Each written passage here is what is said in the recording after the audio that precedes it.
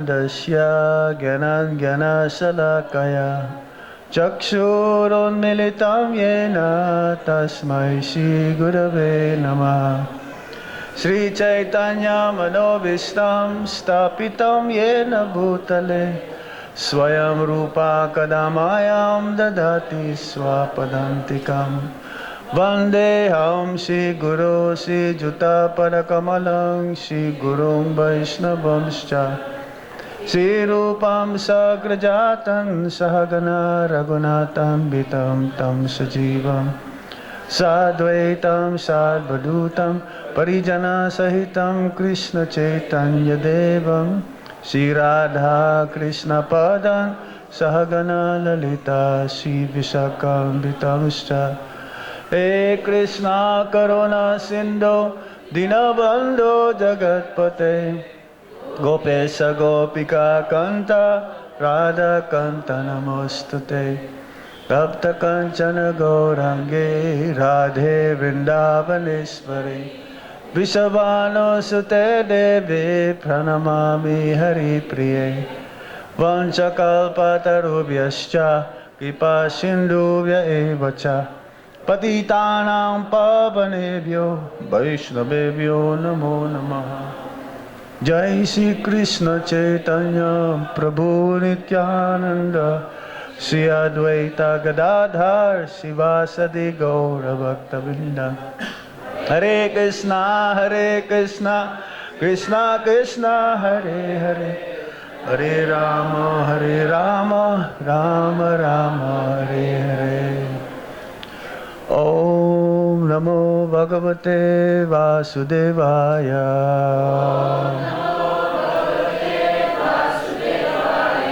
Om Namo Bhagavate Vasudevaya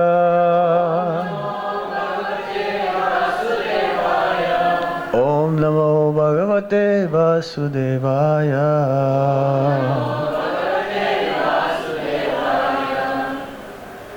Hare Krishna. So this evening we'll be reading from the 7th chapter of the Bhagavad Gita as it is. Knowledge of the Absolute, text 21. Yes? Okay. Yaya Yum Yum. Sounds delicious there.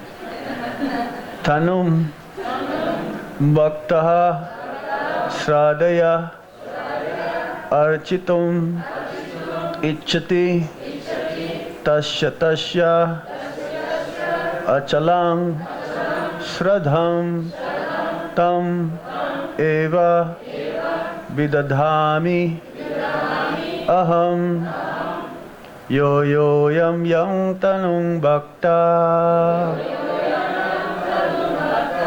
Shradayarchitum Ichchati Tasya Chalam Shradham Tam Eva Vidadhami Aham Yo Yam Yang Tanung Bhakta Shradayarchitum Ichchati Tasya Chalam Shradham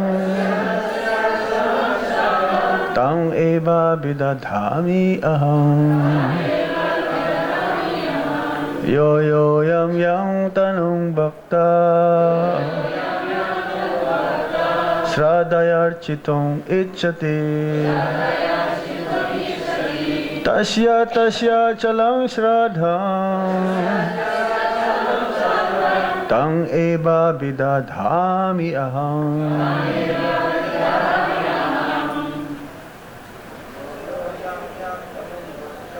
Yo Yam Tanum Bhakta Shradayarchitum Ichchati Tasya Chalang Shradham Tam Eva Vidadhami Aham Yo Yam Tanum Bhakta Sadayarchitam ichati tasya chalam shraddham tameva vidadamiham yo yo yam tanum bhakta sadayarchitam ichati tasya chalam shraddham tam eva vidadamiham yo yo yam tanum bhakta shraddhayarchitam ichati tasya chala shraddham tam eva vidadamiham. Ya, whoever, yam, whichever, tanum, form of a demigod, bhaktaha, devotee, shraddhaya, with faith, architum, to worship, ichati, desires, tasya, to him, achalam, steady, shraddham, faith, tam, that, eva, surely, vidadhami, give, aham, I. Translation and purport by His Divine Grace Srila Prabhupada. Srila Prabhupada ki jai. I am in everyone's heart as the super soul. As soon as one desires to worship some demigod, I make his faith steady so that he can devote himself to that particular deity. Purport. God has given independence to everyone. Therefore, if a person desires to have material enjoyment and wants very sincerely to have such facilities from the material demigods, the Supreme Lord, as Super Soul in everyone's heart, understands and gives facilities to such persons. As the Supreme Father of all living entities, He does not interfere with their independence, but gives all facilities so that they can fulfill their material desires. Some may ask why the all-powerful God gives facilities to living entities for enjoying this material world, and so lets them fall into the trap of the illusory energy. The answer is that if the Supreme Lord as Super Soul does not give such facilities, then there is no meaning to independence. Therefore, He gives everyone full independence, whatever one likes. But His ultimate instruction we find in the Bhagavad Gita: one should give up all other engagements and fully surrender unto Him. Thou wilt make man happy. Both the living entity and the demigods are subordinate to the will of the Supreme Personality of Godhead.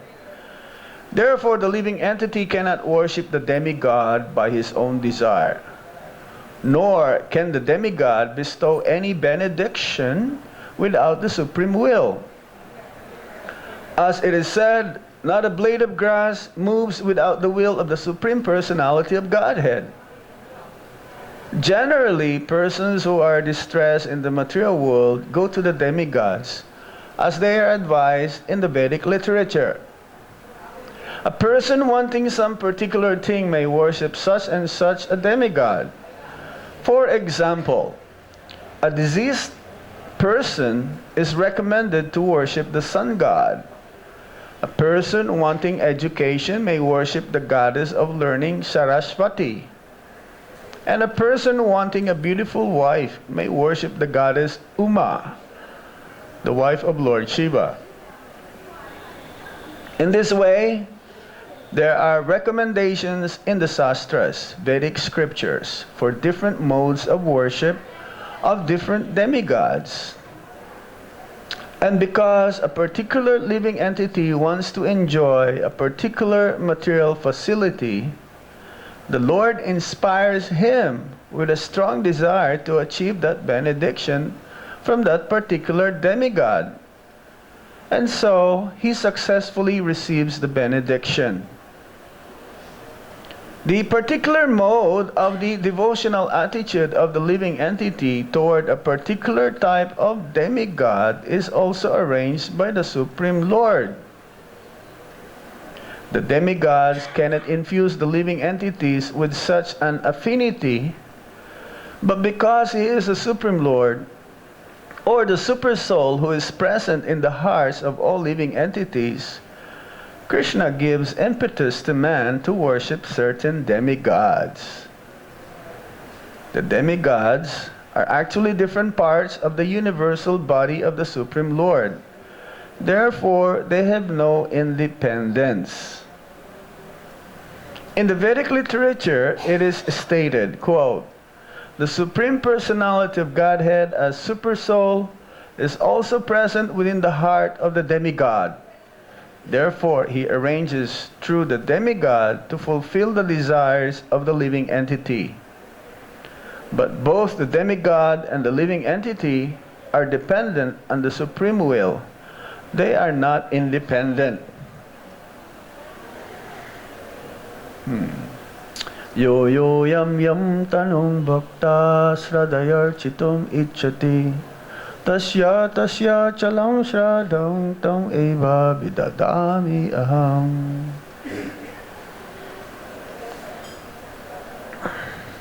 I am in everyone's heart as a super soul. As soon as one desires to worship some demigod, I make his faith steady so that he can devote himself to that particular deity.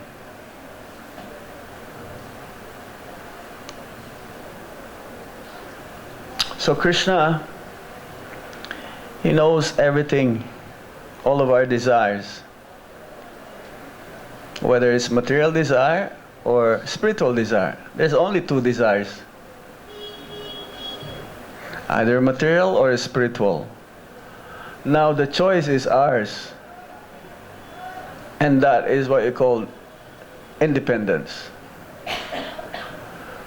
To choose the material desires to be fulfilled by the Supreme Lord,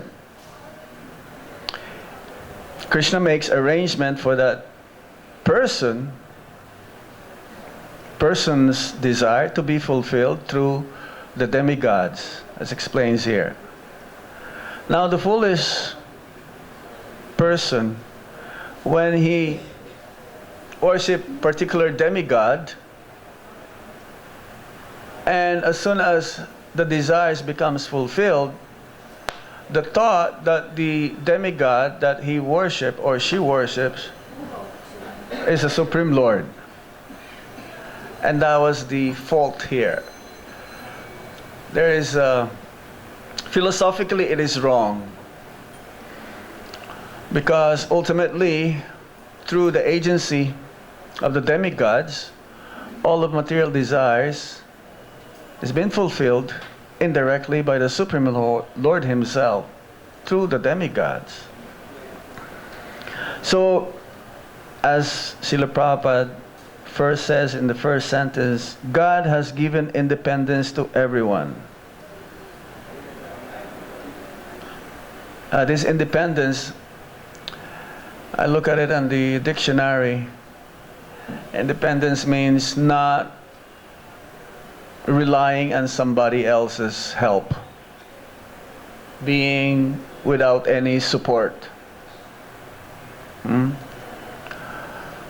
Ultimately, only Krishna is completely independent. We are dependent. We depend. That means we need help. We need shelter. We need assistance. But Prabhupada says here, God has given independence to everyone. So it seems to be contradictory. And in the end also, it says here, God has given independence to everyone, and then in the end, they are not independent. It's contradictory, isn't it? You know why? Because this independence that we receive from the Supreme Lord is very little. That's why Prabhupada says we have this what you call minute independence. Even though Krishna knows what all of our desires, if we desire materially, then Krishna, as a super soul, he knows everything. It says in the Upanishads that there are two birds in a tree, the tree of material life, and one bird would like to enjoy the fruits of the tree. The other one is observing. Now the one who wants to enjoy the fruits is what you call Atma, or the soul. And the one who's just witnessing is the super soul. But the super soul is also telling the other bird that don't take it, don't eat this fruit, because if you eat this fruit, you have to have the reaction. So to eat the fruit is the minute independence of the Atma. But there is a reaction though, and we cannot blame the Supreme Lord for getting this reaction. So ultimately, we may have this dependence to fulfill our material desires, but the result is suffering. To enjoy materially, the result is suffering. So, an intelligent person, even after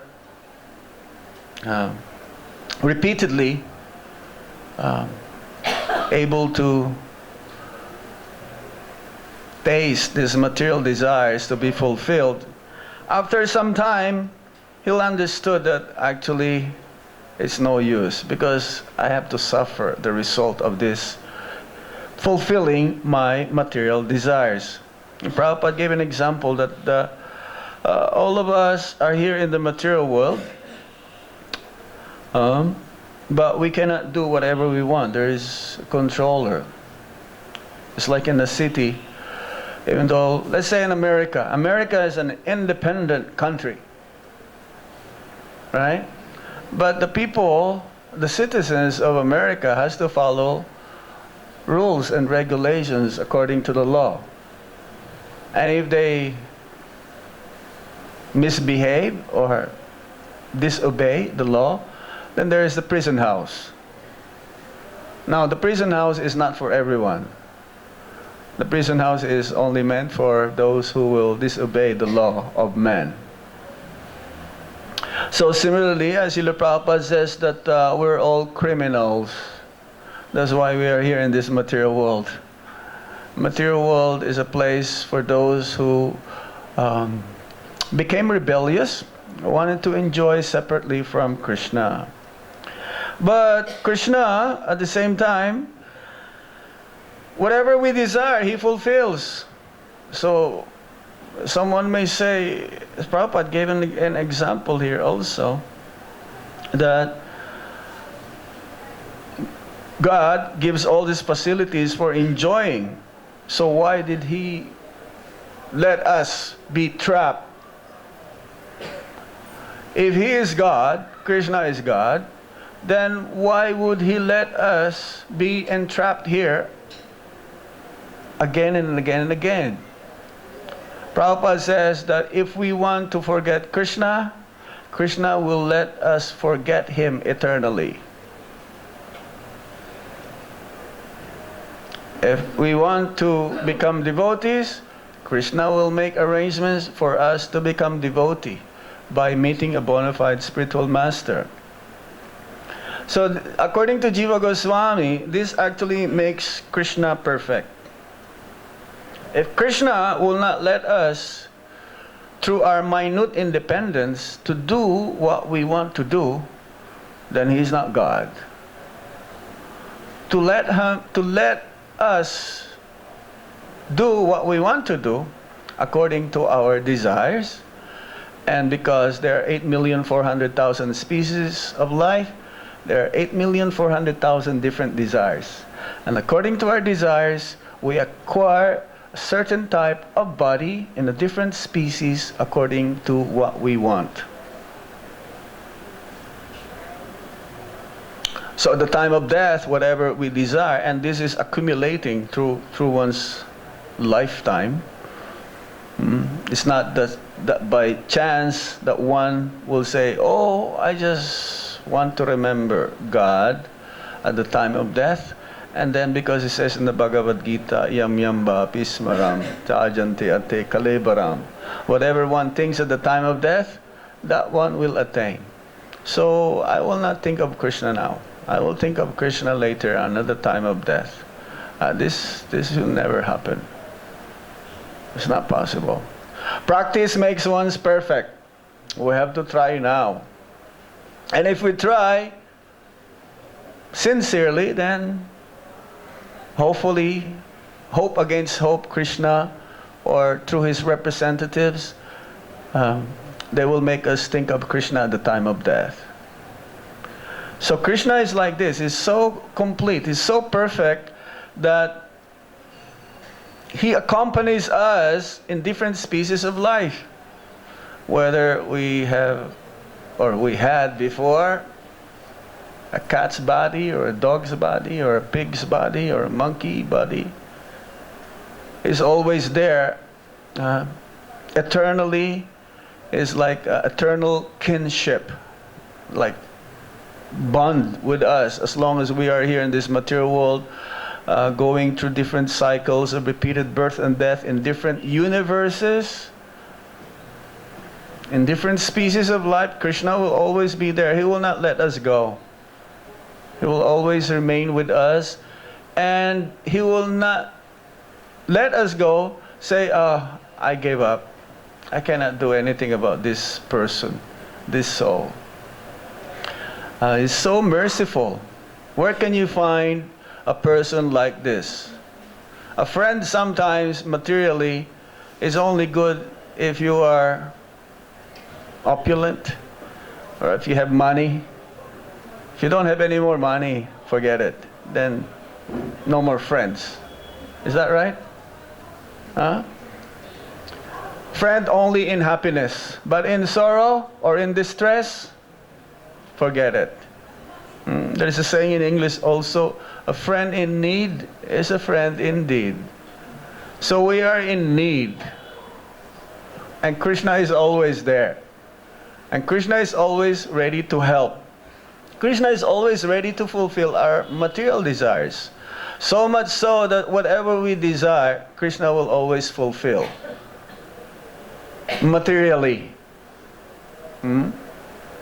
Spiritually, though, it's a little different. We have to work hard. We have to work hard for that. It's not so easy. As says in the Nectar of Devotion, bhakti is very rarely achieved. Mukti is easy. Mukti He can give. Because He knows what is our desire, He can always give these material desires, knowingly that ultimately, one day, we will get sick of it. We will get sick of it. When one goes in the spiritual path, he shuns immediately material desires. He doesn't want to have any more material desires. It's not contrary. It's contrary to the other religious, so-called religious sects or institution that says that yes, you want to become pure, therefore you must fulfill all your material desires while you're trying to become spiritual. And then you will get sick of it also someday, and then you will turn into a spiritual life. But that is not our philosophy, isn't it? That's not our philosophy. Immediately we have to control our senses, we have to control our mind. So in this way that we trained by engaging our senses into higher taste. It's not that we should not eat, but we eat only Krishna Prasad. It's not that we don't use our senses, but we use our senses only for pleasing Krishna. So the demigods, they actually are agents. They're given this power of authority by the Supreme Lord.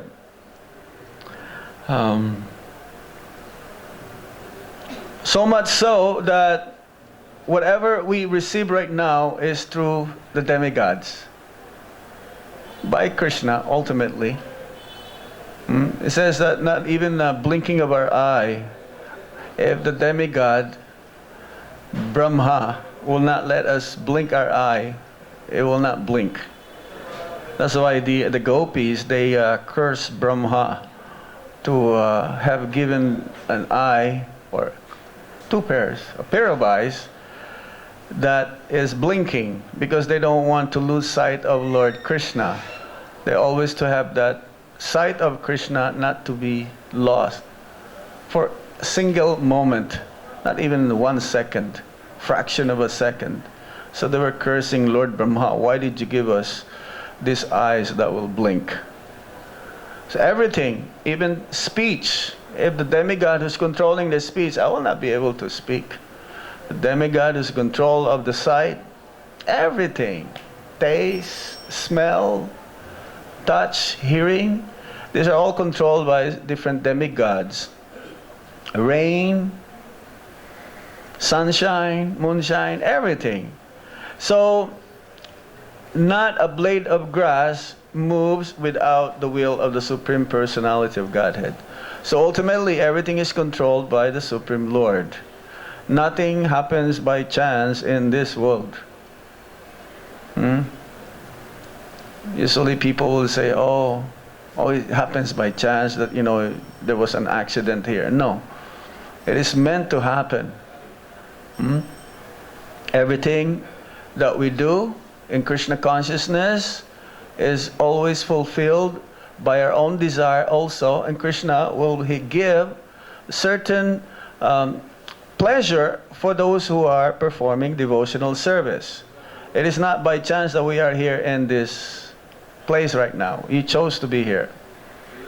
It's not by chance that you come to Vrindavan. Somehow or other, you have the desire from the past or recently that you have come here. You want to make advancement in Krishna consciousness. But foolish people who worship the demigods, they think that the demigods are the supreme. There was an instance that in World War II, the government was telling the citizens that, okay, you go to the church and you pray for bread and see if your God will give you bread. So they went to the church. They prayed so hard. No bread comes. Okay, so you pray to us for bread. And then they pray, please give us some bread. We're very hungry. Immediately, truckloads of bread came. So who is better, your God or us? Oh, you are better, because you can give bread immediately. But foolishly, these people don't know that the bread came from what? The wheat. And who is the producer of the wheat? This didn't come out of nothing. Didn't come out of the blue. So similarly, the super soul, he knows all of our needs. The devotees, they don't have to ask anything from the Supreme Lord. All they ask is devotional service, engagement in devotional service. Everything has been provided. Many of the devotees who came to Krishna consciousness, they don't have anything. Correct or not? They may have a little bit, But after engagement in Krishna consciousness, so much opulence is there, coming. We don't have to ask this. Prabhupada, when he went to America, he only has, 40 rupees. Prabhupada, this is 1 day's expense paid. Only $1 at that time. $4 maybe, or $7. Practically nothing. But then, after some time, crores and crores of rupees came. So much. So, the devotees' needs are being fulfilled by the Supreme Lord. Doesn't need to ask the Supreme Lord, because just like a father, the father knows the needs of the son. The son doesn't have to ask for anything. He supplies all of our needs. All of our desires should be only to be engaged in pure devotional service, birth after birth. This is Lord Chaitanya Mahaprabhu's desire. Nadanam najanam nasundarim kabitam bhajagadi sakamaye babatad bhaktir ahituki tvaye. Isn't it? I don't want wealth, nadanam, najanam. I don't want followers. I don't want women, beautiful women. All of my desire is to be your servant, to engage in your devotional service, birth after birth. And this is what you call surrender. That's why it says here, Prabhupada says, ultimately, the instruction that we need to follow is one should be able to give up all of our engagement and just surrender unto Krishna. Surrender doesn't mean only one hand surrender. When you surrender, what do? Both hands, right? You don't say, I surrender. Surrender means I give up. I'm helpless. I cannot do anything. When a devotee surrenders, there is no such thing as measurement. There is no material measurement that one can use how surrendered a devotee is. In Nectar of Devotion, there was a passage there that one should be ready to give up one's most favorite item. Just think about what is your most favorite item that you're so attached to and you're ready to give it up for Krishna.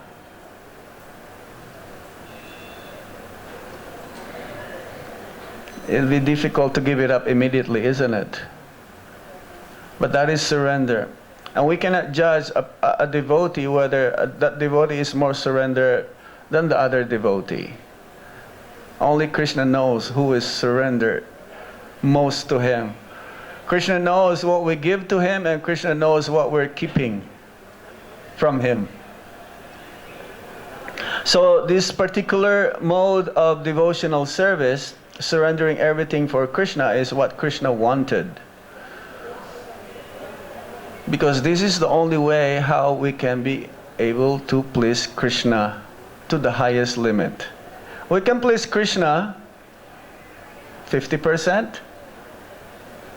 Then yeyatamam prapadyante tam sataiva vajami aham. As they surrender unto me, I reward them accordingly. Even the demons, He reward them mukti to the demons. He says, I envy no one. I'm equal to everyone, but He is also partial to His devotee. Even though He is impartial. Impartial means He's equal. Just like the sun rays is for everything, for everyone. But if we're not going to take advantage of the sun rays, then we will not get the benefit of the sun rays, the sunshine.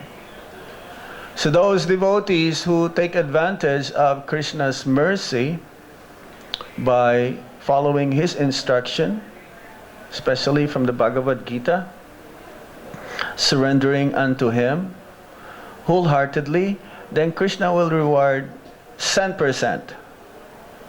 Another example that Prabhupada gave in this regard, that being equal, just like a teacher, he's equal to all the students.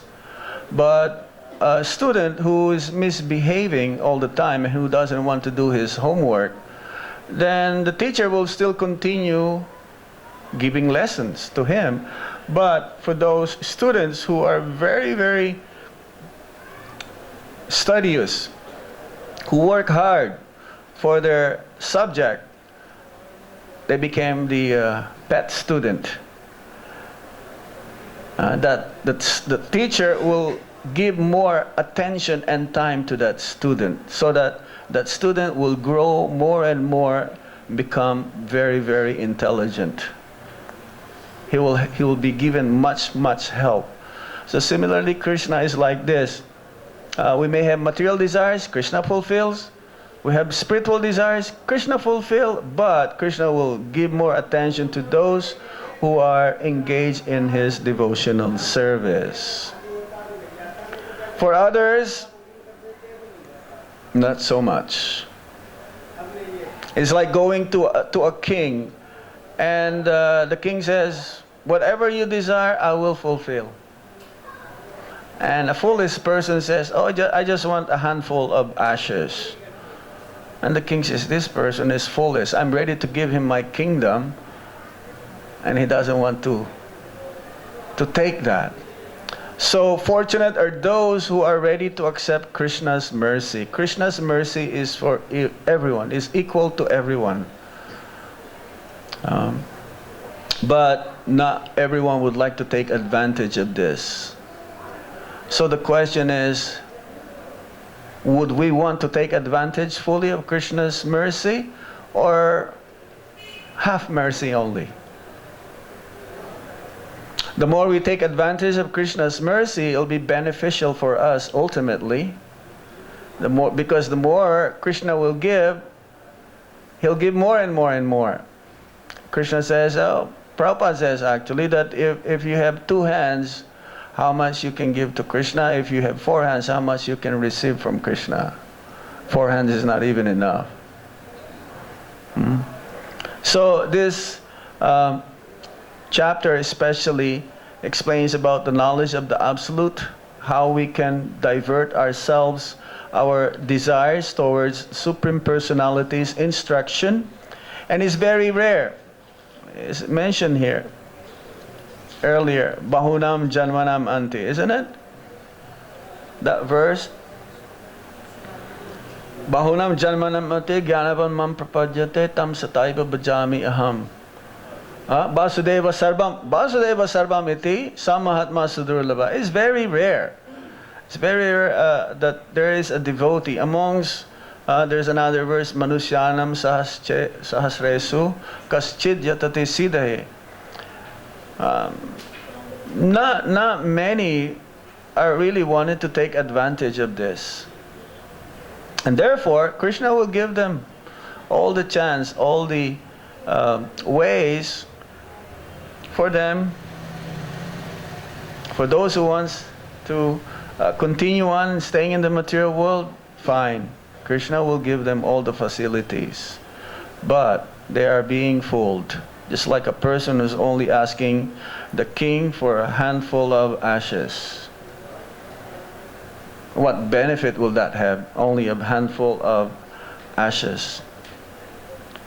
Krishna is present as a super soul. So if one realizes Krishna as a super soul, in the end, Prabhupada says that we'll be able to see Krishna face to face. Without understanding Krishna as a super soul, one will not immediately see Krishna as a Supreme Personality of Godhead. Prabhupada says also that it is so easy to worship Krishna because Patram Puspam Pulam Toya Yome Bhaktya Prayachati. If one offers me fruit, leaf fruit, water, I will accept it with love and devotion. But Prabhupada says Lord Chaitanya is easier. to worship just by chanting Hare Krishna Maha Mantra. So we're very fortunate at the same time. We're able to have this privilege for some of you who are visiting Sri Vrindavan Dham. Definitely the wealth, the spiritual wealth that you gathered and you receive while you are here cannot be compared to all the wealth in the material world, all the opulences, all the material desires that one can have, that one can be fulfilled by the Supreme Lord just by staying here a fortnight in the month of Kartik. Guaranteed that you go back home, back to Godhead, provided that you continue on your devotional service. So we'll stop here. Is there any question?